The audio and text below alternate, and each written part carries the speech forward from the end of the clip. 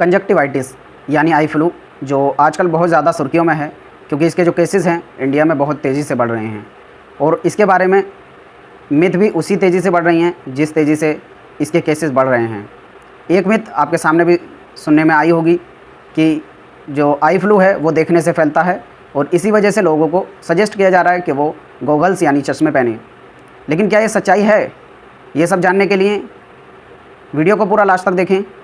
Hi, I am Mohammad वैस आलम, MBBS batch 2021 eight government medical college Fatehpur. ये मेरी पहली क्लिनिकल वीडियो है जिसमें आपको बताऊंगा आई फ्लू यानी कंजक्टिवाइटिस के बारे में, और इसकी पूरी डिटेल जानने के लिए वीडियो को लास्ट तक देखें। तो कंजक्टिवाइटिस यानी आई फ्लू जिसके केसेस इंडिया के अंदर बहुत तेज़ी से बढ़ रहे हैं, अगर इसकी बात की जाए ये क्या है तो ये एक तरह का इन्फेक्शन है और इन्फ्लेमेशन है जो हमारी आँख की बाहर वाली परत होती है जिसे कंजक्टाइवा कहते हैं। कंजक्टाइवा के अंदर इन्फेक्शन और इन्फ्लेमेशन हो जाता है। उसकी वजह से क्या होता है, यहाँ पर स्वेलिंग देखने को मिलेगी, आंखें लाल हो जाएंगी और पानी निकलता हुआ आपको देखने को मिलेगा आंखों के अंदर, और स्टिकी प्यूरुलेंट डिस्चार्ज आपको पेशेंट के आँख के अंदर देखने को मिलेगा। इसका जो मेनली रीज़न रहता है, जो नॉर्मल सी फॉरेन बॉडी भी उसके अंदर आएगी तो उसको उससे बहुत ज़्यादा इरिटेशन होगा। Swollen, watery, red, painful eyes हो जाएंगी, मतलब एकदम जैसे आपको यहाँ पर डायग्राम के अंदर देखने को मिल रही है, एकदम लाल कलर की आई आपको देखने को मिल जाएगी। तो सबसे पहले इसके कॉज की बात की जाए तो ये मोस्टली 70 से 80% केसेज़ में वायरस की वजह से होता है जो एक एडिनो वायरस है, और 20 से 30% केसेज़ में ये भी देखा गया है कि इसमें सबक्यूरेटिव बैक्टीरियल इन्फेक्शन हो जाता है, यानी पहले वायरस का इन्फेक्शन हुआ और उसके बाद बैक्टीरिया का इन्फेक्शन हुआ। और ये स्टडी शो की गई है, जो एम्स के अंदर रिसर्च लैब है उन्होंने बताया है कि यहाँ पर वायरस के साथ ही बैक्टीरिया का भी इन्वॉल्वमेंट पाया गया है। अगर इसके स्प्रेड की बात की जाए, जैसे लोगों के अंदर मिथ फैला हुआ है कि आंखों को सिर्फ देखने से जो फ्लू है वो फैल जाएगा और इस वजह से लोगों को सजेस्ट किया जा रहा है कि चश्मा पहने, जबकि ये असल रीज़न नहीं है। चश्मा पहनने का जो रीज़न बताया जा रहा है कि जो गॉगल्स पहनना है किसी भी पेशेंट को, वो इस वजह से सजेस्ट किया जा रहा है क्योंकि जब इन्फेक्शन होता है आइज़ के अंदर, आई फ्लू के अंदर,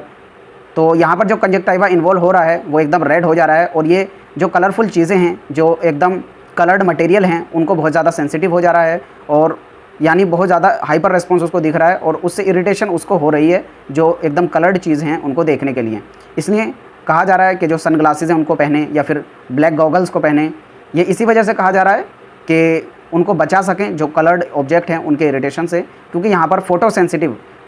का मतलब क्या होता है, लाइट के लिए ज़्यादा सेंसिटिव हो जाती हैं आइज़ इस आई फ्लू यानी कंजक्टिवाइटिस के अंदर। तो इस वजह से यहाँ पर कहा जा रहा है गॉगल्स पहनने को, ना कि इस वजह से कि ये देखने से फैलेगा। एक नॉर्मल ऑब्वियस सी बात है कि कोई भी अगर बीमारी हो रही है, इन्फेक्शन हो रहा है, तो उसका कोई ना कोई पॉजिटिव एजेंट होगा। पॉजिटिव एजेंट का मतलब होता है कोई ऐसी चीज़ जिसकी वजह से बीमारी हो रही है, जैसे बैक्टीरिया होगा या तो उसका कोज वायरस होगा, फंजाई होगा। लेकिन यहाँ पर जो है वायरस है, तो अगर आप देखेंगे तो डायरेक्ट सिर्फ देखने से एक पर्सन से दूसरे पर्सन में यहाँ पर ट्रांसफ़र नहीं हो जाएगा। यहाँ पर कोई डेटा की शेयरिंग नहीं चल रही है, यहाँ पर एक एजेंट है प्रॉपर जिसका नाम वायरस है, या फिर दूसरे केस में बैक्टीरिया भी हो सकता है, तो उसको ट्रांसपोर्ट होने के लिए एक मीडियम चाहिए। तो आप कहेंगे कि जैसे कोरोना के अंदर देखा गया था वो भी एक वायरस था, लेकिन वहाँ पर भी कहा जा रहा था कि दूरी बना के रखें। तो वहाँ पर जो स्प्रेड होने की वजह थी वो ये थी कि वो एक रेस्पिरेटरी इन्फेक्शन था, और रेस्पिरेटरी इन्फेक्शन की ये पहचान रहती है कि वो जब हम इन्हेलेशन या एक्सहेलेशन करते हैं, यानी सांस लेते हैं और बाहर निकालते हैं, तो हमारी एयर के अंदर जो हम बाहर गैस निकाल रहे हैं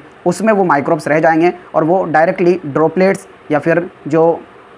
फॉर्मिस्ट रहेंगे उनके थ्रू एक पर्सन से दूसरे पर्सन में ट्रांसफ़र हो सकते हैं। लेकिन यहाँ पर आइज़ के केस में देखा जाए तो डायरेक्ट एक पर्सन से दूसरे पर्सन में स्प्रेड नहीं हो सकता। स्प्रेड होने के जो मेन कॉजेज़ रहेंगे वो यही रहेंगे कि आदमी, जो भी इन्फेक्टेड पर्सन है, वो अपनी आँख को टच करे बार बार, और अपनी आँख को टच करके जो उसकी आँख में इन्फेक्शन है वो उसके हाथ के थ्रू किसी दूसरे ऑब्जेक्ट पे जाए, उनको कहते हैं फॉर्मिस्ट। फॉर्मिस्ट का मतलब ऐसी ऑब्जेक्ट, चाहे वो उसका टैबलेट हो, फ़ोन हो, टेबल हो, क्लॉथ हो, या कोई ऐसी दूसरी चीज़ जिससे वो छूता है अपनी डेली लाइफ में और साथ में अपनी आँख को भी टच कर ले रहा है। तो दूसरा जो बेनिफिट यहाँ पर गॉगल्स का रहता है वो ये भी रहता है कि जब उसके पास गॉगल्स होंगे तो वो डायरेक्टली अपनी आइज़ को टच नहीं करेगा, बार बार उसको जो इरिटेशन हो रही है उसको रिमूव करने की कोशिश नहीं करेगा। और दूसरा अगला कॉज ये भी रह सकता है कि जो डस्ट वगैरह है उसकी आंख में नहीं जाएगी, तो और ज़्यादा फर्दर इरिटेशन नहीं होगा, और फोटो सेंसिटिविटी से तो बचाएगा ही बचाएगा, क्योंकि यहाँ पर लाइट के लिए आंखें बहुत ज़्यादा सेंसिटिव हो जाती हैं, तो यहाँ पर उसको भी बचाएगा जो उसका लेंस होगा अगर वो पहन रहा है, तो इसलिए एडवाइजेबल है। यहाँ पर अर्ली सिम्टम्स की बात की जाए कि सबसे पहले अगर किसी को कंजक्टिवाइटिस यानी आई फ्लू होता है तो उसमें क्या देखने को मिलेगा, आंखें लाल हो जाएंगी, रेडनेस ऑफ आई देखने को मिलेगा उसके अंदर। इंक्रीज वाटरी डिस्चार्ज, यानी उसके अंदर जो वाटर का सिक्रेशन है, वाटर यानी जो आंसू का सिक्रेशन वो बढ़ जाएगा, वाटरी डिस्चार्ज उसकी आंखों से होने लगेगा, पानी निकलेगा बहुत ज़्यादा, और लाइट के लिए भी सेंसिटिव हो जाएंगी। And swelling in the I, swelling मतलब आंखें जो है थोड़ी मोटी मोटी उसकी देखने को मिलेंगी। इचिंग एंड बर्निंग सेंसेशन उसकी आंखों में देखने को मिलेगा। ये पहले सिम्टम हैं जो किसी पेशेंट के अंदर देखने को मिलेंगे। अगर यहाँ पर ट्रीटमेंट की बात की जाए तो मोस्टली ये सेल्फ ट्रीटेबल है। सेल्फ ट्रीटेबल का मतलब क्या होता है, अपने आप ही जो इसका नॉर्मल ड्यूरेशन है 1 to 2 वीक, उसके अंदर अपने आप ही ठीक हो जाएगा। आपको दवाई भी लेने की ज़रूरत नहीं है, क्योंकि वायरल के केस में आप जो दवाई है वो नहीं दे सकते, सिर्फ जो सिम्टम्स होते हैं सिर्फ उनके लिए दवाई दे सकते हैं। लेकिन अगर बैक्टीरिया की वजह से हुआ है तो उसके लिए आप एंटीबायोटिक्स चला सकते हैं। और यहाँ पर एडवाइजेबल है कि कोई भी स्टेरॉइड का यूज़ यहाँ पर ज़्यादा ना करें, क्योंकि उसकी वजह से लॉन्ग टर्म जो आपको हार्मफुल चेंजेस देखने को आपकी बॉडी में मिलेंगे। उसके बाद जो सबसे इंपॉर्टेंट पार्ट आता है वो है प्रिवेंशन। जैसे कहा भी जाता है prevention is better than cure, यानी किसी भी बीमारी को इलाज से बेहतर है कि आप उससे बचने का कोई ना कोई उपाय सोच लें, कोई ऐसी चीज़ें, कोई ऐसे रूल्स रेगुलेशंस जिनकी वजह से आप उस बीमारी से ही बच जाएं, तो उसका जो इलाज करने की आपको ज़रूरत ही नहीं पड़ेगी। इसलिए कहा जाता है prevention is better than cure. तो पहले से ही आप इन सब पॉइंट्स को ध्यान रखेंगे तो अपने आप को बचा पाएंगे आई फ्लू से। Avoid touching and rubbing eyes with other surfaces, यानी ऐसा ना करें अपनी आँख को टच करके फिर किसी ऑब्जेक्ट को आप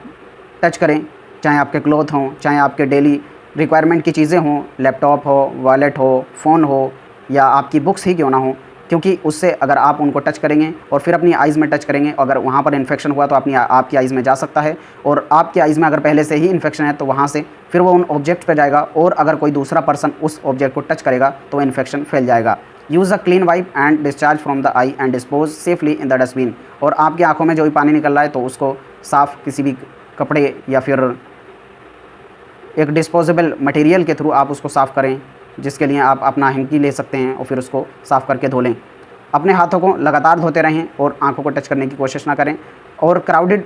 प्लेसेस पे जाने को अवॉइड करें, क्योंकि वहाँ पर भी अगर कोई इन्फेक्टेड पर्सन है तो उससे दूसरे में जाने के चांसेस रहेंगे। ऑब्वियसली टचिंग के through avoid touching the eyes repeatedly, आंखों को बार बार ना छुएं। Do not share personal item like towel and makeup की मटेरियल, यानी आपके जो पर्सनल मटेरियल है उनको दूसरों के साथ शेयर ना करें, खासकर अगर आपको